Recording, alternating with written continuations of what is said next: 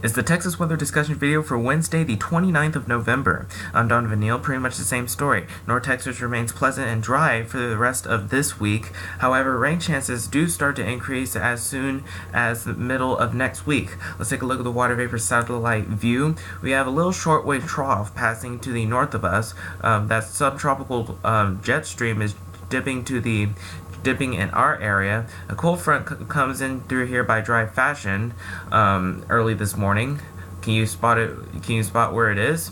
Yeah, we basically remain in the mid 50s early this morning, but however, some places not too far from the south of us are already in the mid 60s early this morning. Across the nation, much of the cold air is in the high plains. Much of that that Arctic air is dipping down into the northern states. However, I think we should still be pleasant today with highs in the mid 60s. That's about 10 to 15 degrees cooler than yesterday. Across the watch warning map, we have a few dense fog advisories down to the southeast of us. We have a red flag. We have some fire danger issues in the northern high plains. Otherwise, things are pretty quiet across the nation, and quiet on the convective outlooks. Definitely, we have a corridor of thunder for that corridor, the Four Corners area near Kansas, Missouri, Arkansas, and Oklahoma. And of course, that same area of thunder in the southern Florida Keys. Other than that, no organized severe weather is expected anywhere else across the nation.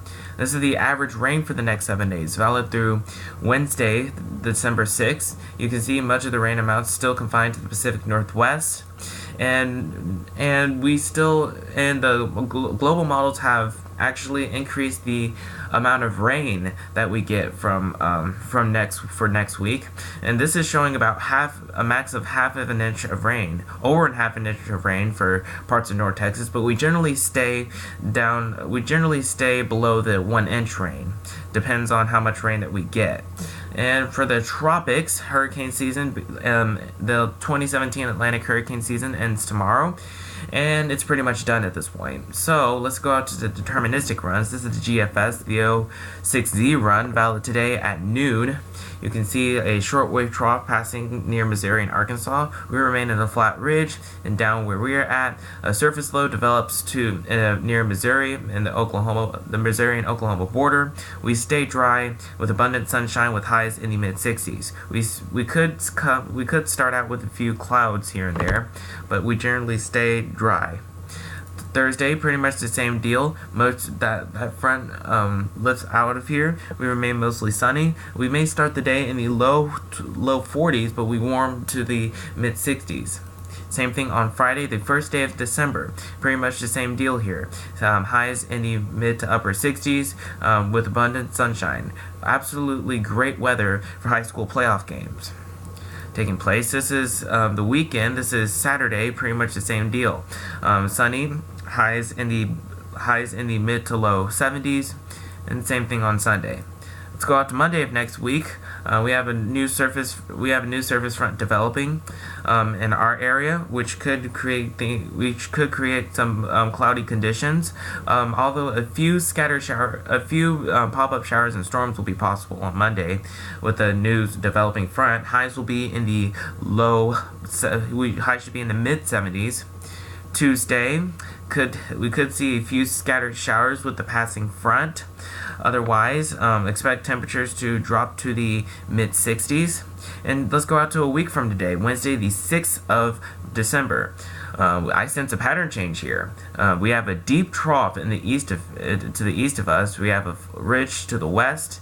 And down here, we remain in a dry air mass. However, we have considerably cooler air in our area. We start the day in the mid 60s, just at or above freezing, and we warm up to the mid 50s in most spots, which is pretty cold for this time of the year.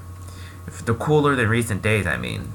And let's just check the European, and the European pretty much agrees with the GFS on this run, on this solution. So bottom line is both global models are suggesting that we remain dry for Wednesday. We remain dry for Wednesday, and then but a new surge of cold air is due in here. So the global models are starting to agree, which is pretty good. Let's take it out to the end of the forecast period. This is Saturday, the 9th of December. We have troughing in the north of us, and down below that, we could see a few scattered showers and storms with the increase in moisture. But I do think we still could see some cooler air here and there. Here are the anomalies for 10 days out, and if that were to verify, that means temperatures for most parts of the central and eastern United States could be as upwards about 10 to 20 degrees below average in some spots in North Texas. Wow, which would make for a very cold day if that were to verify, and that's reflected off of the European ensemble.